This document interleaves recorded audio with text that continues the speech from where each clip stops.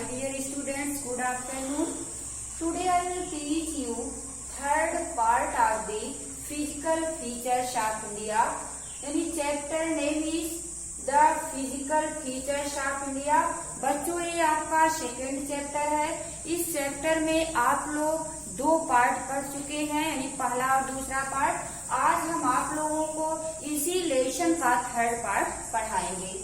पहले पार्ट में यानी इसके पहले वाले प्रीवियस पार्ट में आप लोगों ने पढ़ा नॉर्दर्न माउंटेन्स के बारे में कि उसका निर्माण कैसे हुआ और उसकी कितनी रेंजेस हैं, यानी हिमाद्री, हिमाचल और शिवालिक आज के बारे में पढ़ा। और कौन कौन सी निकलने वाली नदियां हैं, कितने ग्लेशियर्स हैं। और इन सब के बाद आप लोगों ने पढ़ा कि नॉर्दर्न प्लेन्स के बारे में कि उसका निर्माण कैसे हुआ और वह क्यों डेंसली पॉपुलेटेड है। इन सब के बारे में आप लोगों ने पढ़ा। बच्चों आज हम आप लोगों को पढ़ाएंगे जो इंडियन पेनिनसुलर जो पेनिनसुलर प्लेटोज है उसके बारे में पढ़ाएंगे, साउथर्न प्लेटोज के बारे में पढ़ाएंगे। ये आपका है साउथर्न प्लेटोज। बच्चों पहले आप लोग इसको जान लीजिए कि जो प्लेटोज होता है इसको टेबल लैंड भी कहा जाता है, क्योंकि इसका जो सरफेस होता है बिल्कुल समतल होता है, लेकिन जो अर्थ की सतह होती है उसे ऊंचा उठा हुआ भाग होता है। और ऊंचा उठा हुआ भाग होने के कारण जो है इसे टेबल लैंड कहा जाता है। इसका जो सतह होती है इसकी वह एकदम बिल्कुल समतल होती है, फ्लैट होती है। अब इसके बाद ये जानेंगे कि इसको स्टेबल क्यों कहा गया है, यानी जो साउथर्न प्लेटोज है यानी इसको स्टेबल क्यों कहा गया है, क्योंकि इसका जो निर्माण हुआ है यह ओल्ड है, ओल्डेस्ट है, यानी बहुत पुराना है। और जो हमारा हिमालय पर्वत है वह अभी भी प्रतिवर्ष जो है 1 मीटर या आधा मीटर करके वह बढ़ रहा यानी ऊंचा उठ रहा है। बच्चों हमने आप लोगों को बताया था कि 2 प्लेट्स हैं। पहले तो ये बताए थे कि कितनी प्लेट्स हैं पूरे हमारे अर्थ में, अर्थ क्रस्ट में 7 मेजर और माइनर प्लेट्स हैं। और इसके बाद बताए थे कि कैसे जो है यह सुपर कॉन्टिनेंट था, यानी एक ही कॉन्टिनेंट था, और कन्वेंशनल करंट के कारण यह कैसे स्प्रेड हुआ और इसके जो है कई कॉन्टिनेंट 7 कॉन्टिनेंट बने। और एक चीज और बताए थे कि जो हिमालय पर्वत है उसका निर्माण कैसे हुआ। बच्चों हिमालय पर्वत का जो निर्माण हुआ था, जैसा कि हमने आप लोगों को बताया था कि जो अंगारा लैंड से की तरफ की जो प्लेट्स थी यानी यूरेशियन प्लेट्स, और इधर की थी इंडियन ऑस्ट्रेलियन प्लेट्स जो थी वह क्या की कोलाइड जब करने लगी, तो जहाँ पे टेथेस सी था पहले, जो कि अंगारा लैंड और गोंडवाना लैंड से लाई गई जो आने वाली नदियां थी, उन नदियों के द्वारा सिल्ट सेडिमेंट से वह बिल्कुल भर गया था। और जब ये दोनों रॉक्स जो प्लेट्स थी वह कोलाइड करने लगी एक दूसरे से, यानी इंडियन ऑस्ट्रेलियन प्लेट्स और यूरेशियन प्लेट्स जब एक दूसरे से कोलाइड करने लगी, तो जो टेथेस सी जहाँ पे था, जहाँ पे डिपोजिट हुआ था वो सिल्ट और सेडिमेंट जो था, तो वह वाला भाग जो है ऊंचा उठने लगा और वहीं पे हिमालय पर्वत का निर्माण हुआ। तो बच्चों ये बता दें आप लोगों को किस तरह से हिमालय जो आपका माउंटेन है इसका निर्माण हुआ। तो हम इसका जो साउथर्न प्लेटोज है यानी जिसको पेनिनसुलर प्लेटोज भी कहा जाता है, इसका निर्माण कैसे हुआ और इसको स्टेबल कैसे कहा गया। तो बच्चों इसका जो निर्माण है, इसका जो फॉर्म बना यह ओल्डेस्ट फॉर्म है, यानी पहले बन गया था। और इसका निर्माण कैसे हुआ कि जब जो हमारे क्रस्ट में जो प्लेट्स थी वह क्या करती थी, वह हॉरिजॉन्टल तौर पर एक ट्रांसफॉर्म तरीके से जब वह कोलाइड करती थी, तो क्या होता था कि जो वॉल्केनो होता था वो इरप्ट होता था, और इरप्ट होने के बाद ये जो अर्थ के सतह से यानी मेंटल भाग से जो मॉल्टेन मैग्मा आदि बाहर निकलता था, वह इस सरफेस पर क्या होता था, जमा हो जाता था। और जमा होने के कारण जो है यहाँ की जो सरफेस थी, अर्थ की जो सरफेस थी वह ऊंची उठ गई थी और वहाँ पे जो है टेबल लैंड नुमा जो है वहां पे पठार बन गया था। अब एक चीज और बता दें, क्यों जो है यहाँ पे ये कहा गया है कि जो माउंटेन है, हिमालय पर्वत है, वह अभी भी ऊंचा उठ रहा है और जो एक प्लेटोज वाला स्थान है यह क्यों स्थिर हो गया, स्टेबल हो गया बच्चों, क्योंकि अभी भी जो इंडियन ऑस्ट्रेलियन प्लेट्स है और यूरेशियन प्लेट्स जो है वह लगातार जो है आगे की तरफ यानी एक दूसरे के नजदीक आ रही है और जिसके परिणाम स्वरूप अभी भी जो हमारा हिमालय पर्वत है वह प्रतिवर्ष कुछ ना कुछ बढ़ता ही रहता है। और जो इधर का यानी जो दक्षिणी भारत का जो आपका ये प्लेटोज है, यहाँ पे क्योंकि फॉर एग्जाम्पल हम ले लेते हैं कि अगर कोई चीज जो है, कोई मूवमेंट होती है तो जो एज वाला पोर्शन होता है, यानी छोर यानी किनारे वाला पोर्शन होता है, उस जगह पे ज्यादा मूवमेंट दिखाई देती है, उसका इफेक्ट ज्यादा होता है और उससे जो दूर वाला भाग होता है वहां पे कम इफेक्ट दिखाई देता है।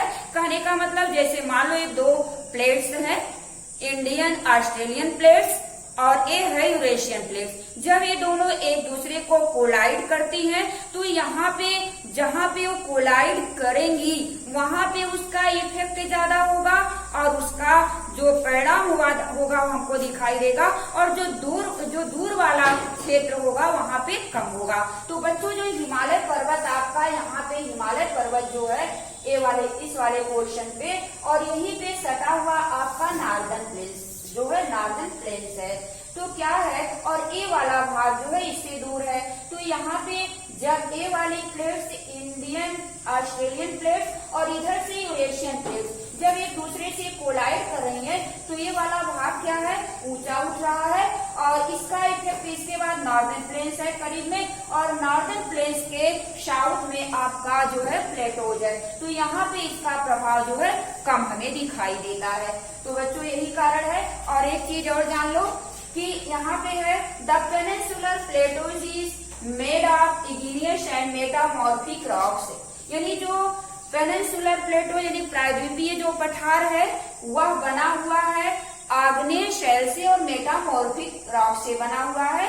और यह कैसे बना हुआ है, जैसा कि आप लोगों को हमने बता दिया कि जो गोंडवाना लैंड यानी जो हमारा सुपर कॉन्टिनेंट था उसका जो दक्षिणी भाग का क्षेत्र था उसको गोंडवाना लैंड कहा जाता था। यानी जो गोंडवाना लैंड की जो रॉक्स थी, land and is oldest land form, यानी जो गोंडवाना लैंड थी उसकी जो रॉक्स थी यानी उस वाले पोर्शन पे चीज बना हुआ है जो प्लेटोज है and is the oldest land form और सबसे पुराना ये जो है लैंड फॉर्म है। The plateau is also called table land, जैसा कि आप लोगों को बता दिए कि जो है पठार को टेबल लैंड भी कहा जाता है। क्यों कहा जाता है, क्योंकि इसकी जो सतह होती है वो एलिवेटेड होती है और बिल्कुल फ्लैट होती है। और फिर इसके बाद द पेनिनसुलर प्लेटो है टू मेन डिवीजन, जो प्रायद्वीपीय पठार है इसका दो डिवीजन है, यानी जो ये पठार है इसका दो डिवीजन किया गया है। और इसके बारे में आप लोगों को पहले बताए हैं बाबू कि जो है पेनिनसुला किसे कहा जाता है, ऐसा लैंड मास जो कि तीन तरफ से वाटर से घिरा होता है, सराउंडेड होता है, उस क्षेत्र को कहा जाता है पेनिनसुला। यह तीन तरफ से वाटर से घिरा हुआ है, एक तरफ ये आपका हो जाएगा बे ऑफ बंगाल, इधर अरेबियन सी है, इधर इंडियन ओशन है, यानी तीनों तरफ से यह जल से घिरा हुआ है और इसीलिए इसको पेनिनसुला कहा जाता है। फिर इसके बाद इसका दो पार्ट है, यानी ये जो है आपका हो जाएगा जो ऊपर वाला पार्ट है, इसको जो पठार का ऊपर वाला पार्ट है इसको कहते हैं सेंट्रल हाईलैंड्स। अब सेंट्रल हाईलैंड्स है the part of the peninsular plateau lying in the north of the Narmada river covering a big portion of Malwa plateau is known as central highlands, यानी पेनिनसुलर प्लेटो का वह भाग जो कि जो है नर्मदा नदी के उत्तर भाग में पड़ता है, यानी उत्तर दिशा में पड़ता है, उत्तर भाग में covering a big portion of Malwa plateau, और मालवा पठार को बनी बड़े भाग में उसको कवर किए हुए है, उसे ही सेंट्रल हाईलैंड कहा जाता है। और उसका दूसरा डिवीजन है डेक्कन प्लेटो, यानी जो आपका ये प्लेटोज यानी पेनिनसुलर प्लेटोज है इसका दो पार्ट है, यानी दो डिवीजन है। ऊपर वाले भाग को कहा जाता है सेंट्रल हाईलैंड्स और यानी जो कि नर्मदा नदी के उत्तर में, और ये नीचे वाला जो एक पोर्शन है ये आपका है डेक्कन प्लेटो। अब इसके बाद जो है it is a triangular shape, यानी जो डेक्कन प्लेटो है इसका जो है ट्रायंगुलर आकार है, that lies to the south of river Narmada, जो कि नर्मदा नदी के दक्षिण में पड़ता है।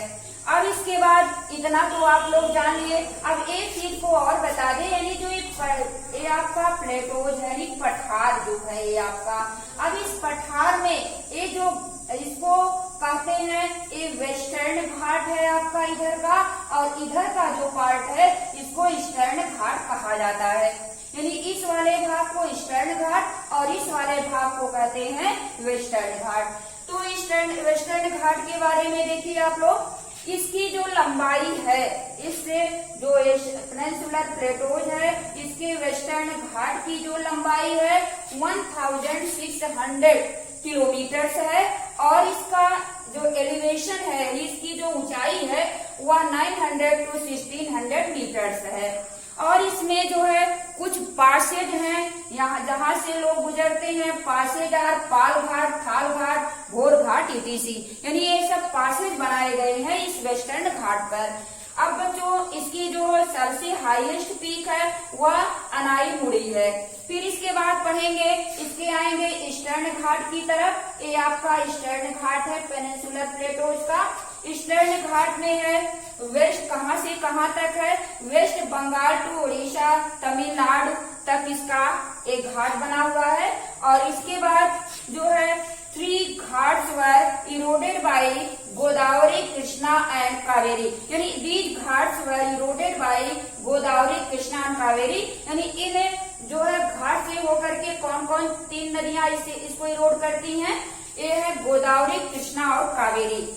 इतना बच्चों आप लोगों ने जाना कि इंडियन पेनिनसुला, यानी जो साउथर्न पेनिनसुला भी कहा, प्लेटोज भी जिसे कहा जाता है, यानी पेनिनसुलर प्लेटोज भी कहा जाता है, तो इसका निर्माण कैसे हुआ, और इसके बाद इसे टेबल लैंड क्यों कहा जाता है, इसके घाट्स कौन कौन से हैं, वेस्टर्न घाट और ईस्टर्न घाट। और इसके बाद बच्चों आज हम आप लोगों को जो आज इसकी अर्थ की वो अगली फीचर्स है उसके बारे में बता दें, द इंडियन डेजर्ट के बारे में। जैसा कि आप लोग जानते हो कि इंडियन डेजर्ट को थार डेजर्ट के नाम से भी जाना जाता है, और वहाँ पे सैंड ड्यून्स पाए जाते हैं, वहाँ कम वर्षा होती है, और जो वहाँ के जो वनस्पतियां होती हैं वह कटीली होती हैं। और यहाँ की जो एरिया है वह 2 लाख स्क्वायर किलोमीटर है, और यहाँ पे सबसे छोटी नदी जो है वह लूनी रिवर है, यानी वहाँ की सबसे बड़ी नदी मानी गई है, यानी लूनी रिवर है। और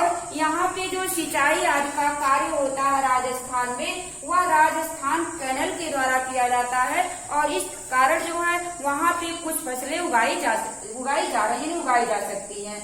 और इस प्रकार से बच्चों जो है इतना आप लोग फिजिकल फीचर्स पढ़े। इसका जो नेक्स्ट फिजिकल फीचर्स है, यानी कोस्टल प्लेन्स के बारे में और आइलैंड के बारे में, उसको आपको अगली वीडियो में बताएंगे। Thank you.